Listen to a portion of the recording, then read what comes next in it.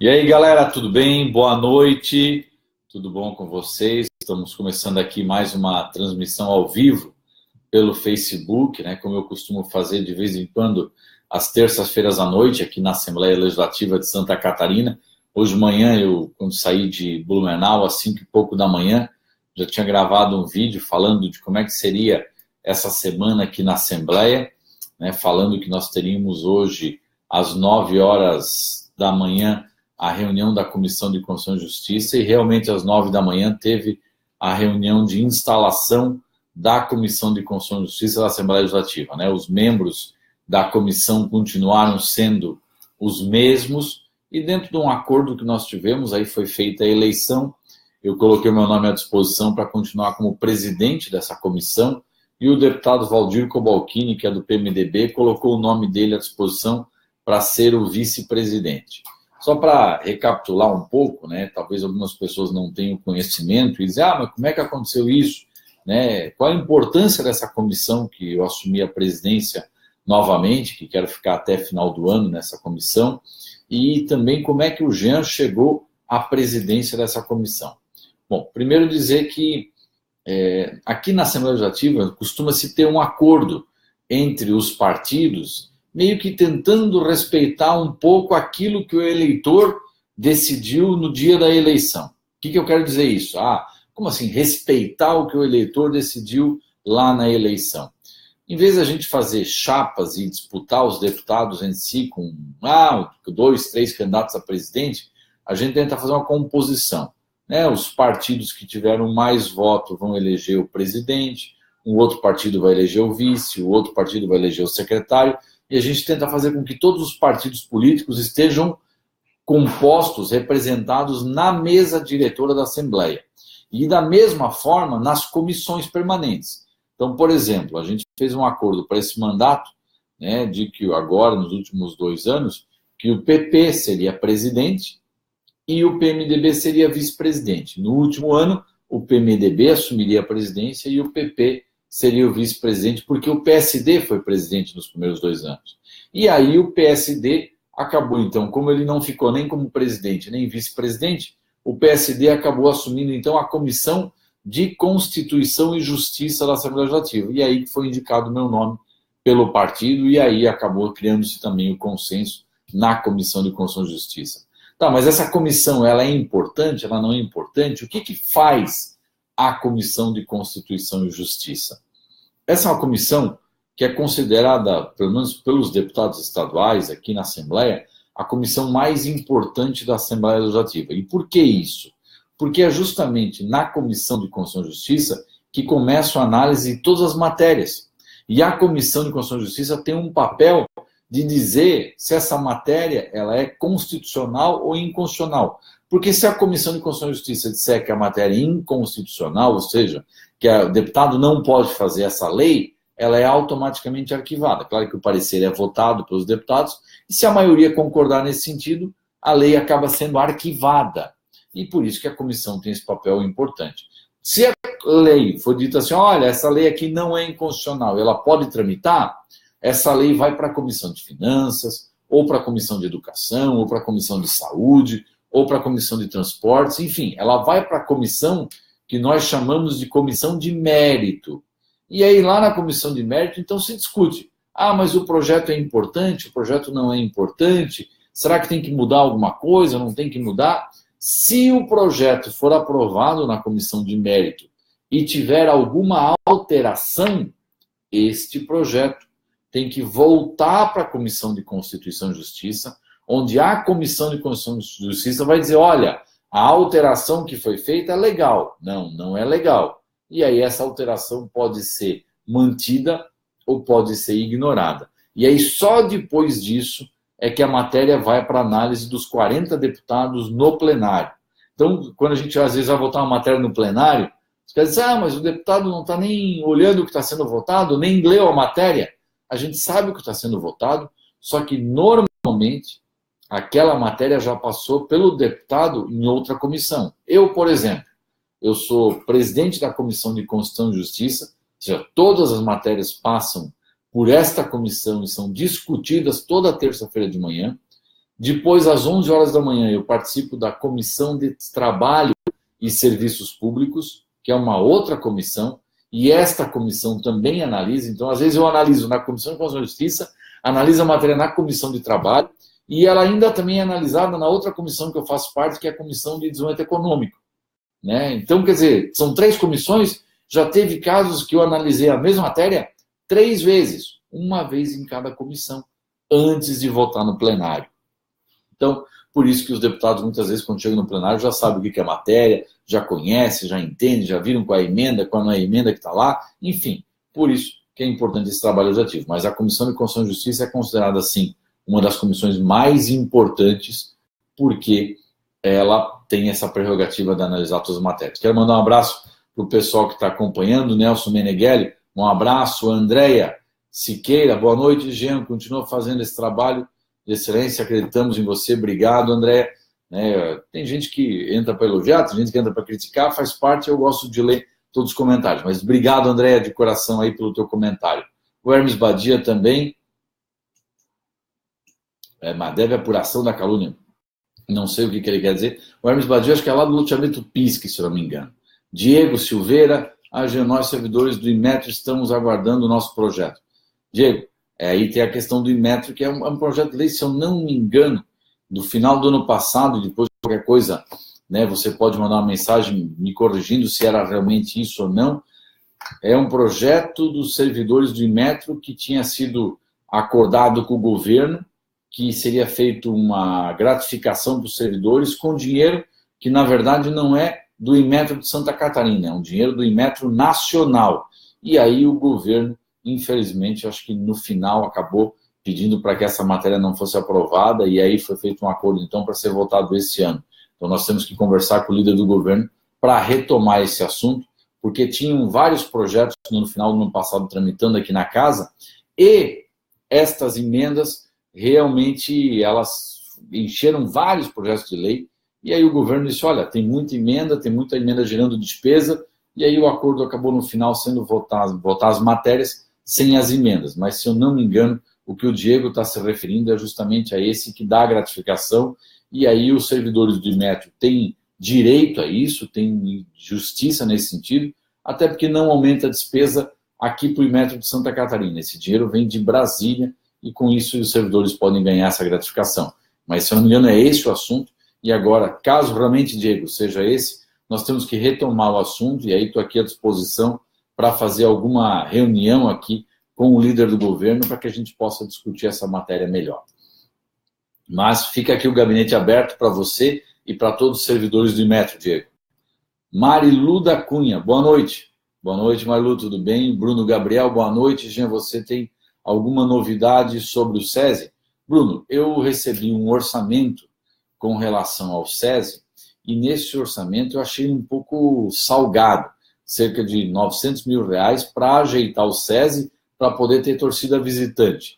E aí eu pedi para que o presidente do BEC, para que eles conversassem lá e tentassem reavaliar essa situação. Eu também estou tentando buscar alguém que possa fazer um valor mais baixo, porque não existe esse recurso para fazer essa adequação do SESI, até porque o SESI pertence à Fiesc. Então, a Fiesc já disse que não vai fazer esse investimento. Nós estamos conversando, né, hoje, inclusive, eu recebi uma mensagem do presidente do BEC, devemos voltar a falar na próxima segunda-feira sobre esse assunto, mas, infelizmente, até agora, não tem nenhuma solução definitiva a respeito do SESI. Vamos lá, o Rafael Felipe, boa noite, Jean, tudo bem? O Diego da Silveira, é esse mesmo, Jean, precisamos do seu apoio. Então, Diego, é esse projeto de meta que a gente falou, volto a dizer, né, se puder vir aqui na Assembleia numa terça ou numa quarta-feira, ou até numa quinta de manhã, é só combinar que a gente está à disposição para voltar nesse assunto e tentar continuar daquele momento onde foi parado, para tentar construir esse novo acordo com o governo do Estado. Laírton, Zico sempre acompanhando, um abraço, amigo. João Bublitz também, boa noite, deputado Jean, meu amigo, um forte abraço do seu pastor, amigo pastor João Bublitz. Pastor, um abraço aí, seja sempre bem-vindo. Pessoal, quero falar com vocês sobre 2 projetos de lei. Primeiro, um projeto de lei que foi aprovado hoje na Comissão de Constituição e Justiça, que é esse projetinho aqui.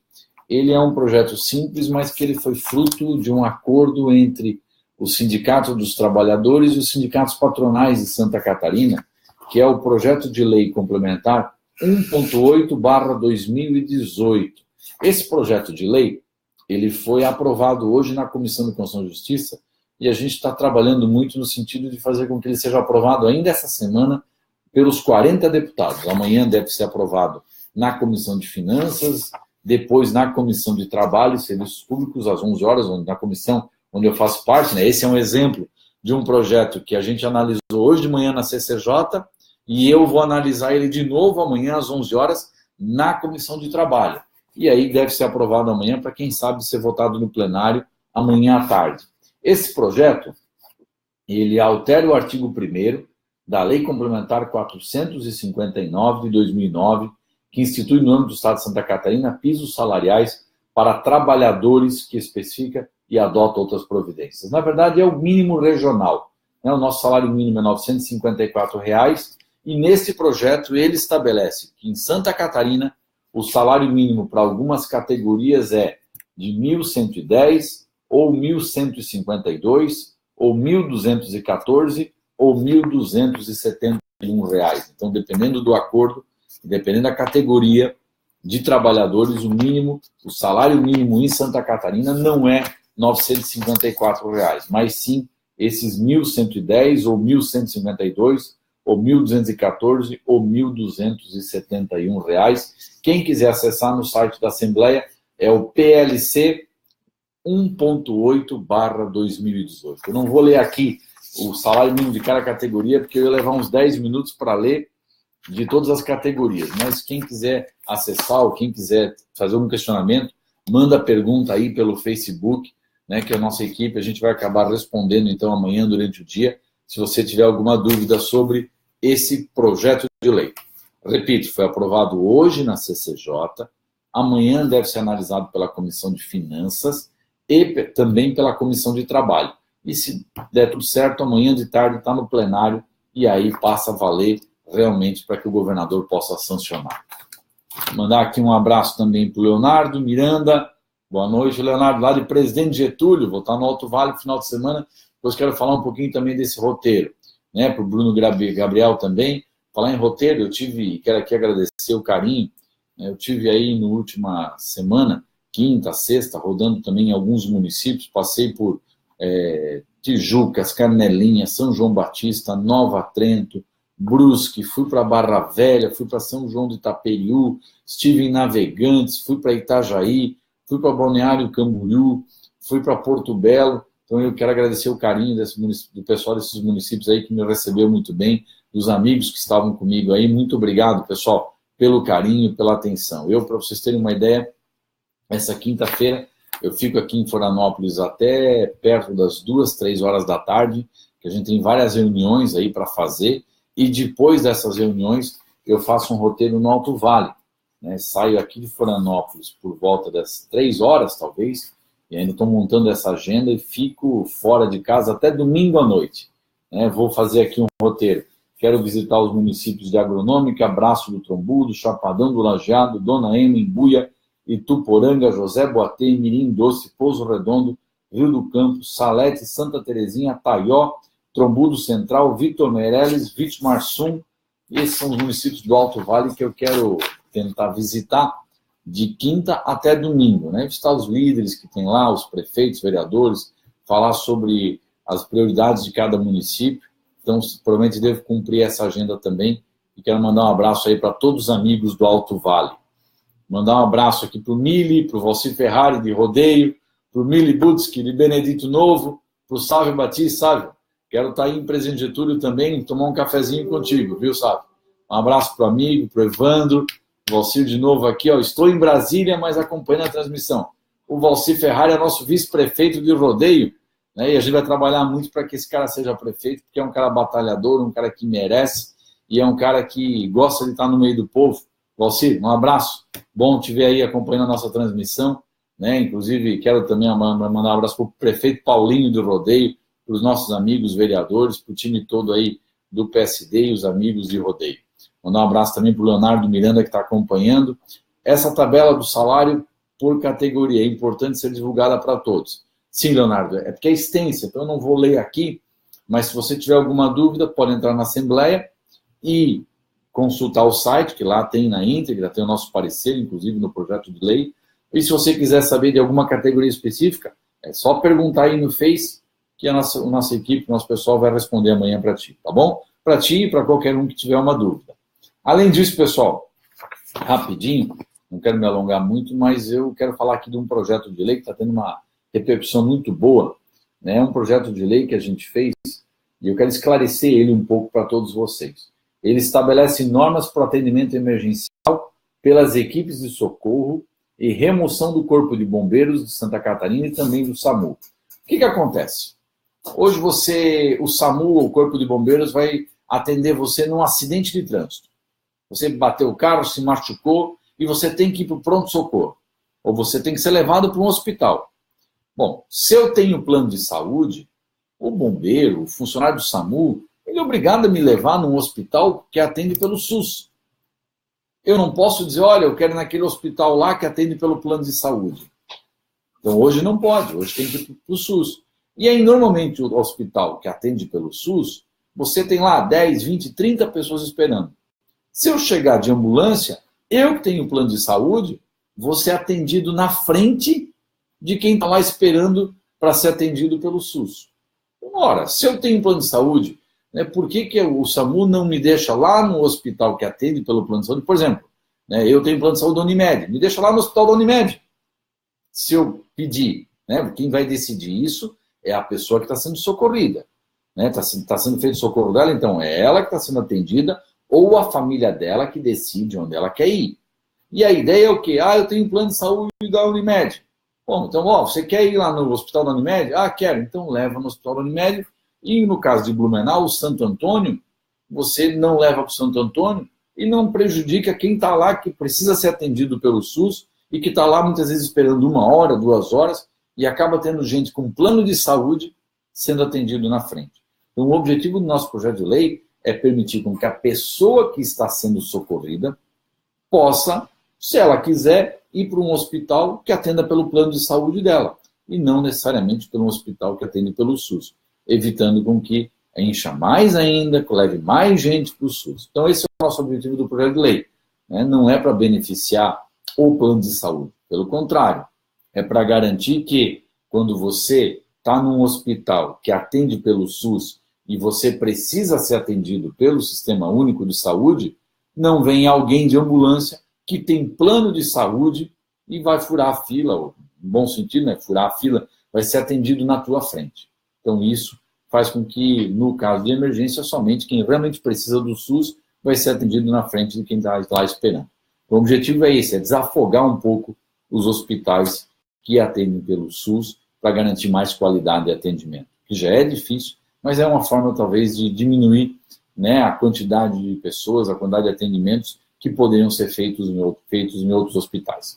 Galera, mandar um abraço aqui também para o Mili. O Mili mandou de novo, Jean, manda um abraço aí, um grande abraço. Valeu, Mili. Obrigado, né, ao nosso amigo Mili, que estava aqui esses dias no gabinete também, é vereador de Benedito Novo, legal. O René está mandando a mensagem aqui. Pessoal, confiram os novos valores dos quadros a faixas salariais. Primeira faixa, aí o René está postando ali para vocês poderem acompanhar. Gente, obrigado pela atenção, obrigado pelo carinho de todos vocês.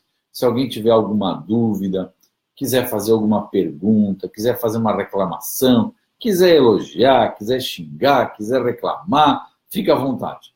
Eu não vou aqui excluir nenhum comentário, não vou... É liberado para todo mundo, cada um fala o que bem entender, eu respeito a opinião de todos, isso é democracia, então eu não vou excluir nenhum comentário e cada um é responsável por aquilo que fala, né? Então estou totalmente liberado aí. Se quiserem fazer pergunta, pode perguntar o que quiser. Dentro do possível, obviamente, a gente vai responder e vai tentar dar o retorno para cada um de vocês. Galera, obrigado de novo pela atenção, né? Fiquem com Deus, boa noite. E eu ainda vou trabalhar mais um pouquinho aqui, porque eu ainda tenho que organizar algumas coisas no gabinete, para amanhã cedo, quando a equipe chegar, tá tudo organizado, eles poderem trabalhar já a partir das 8 horas.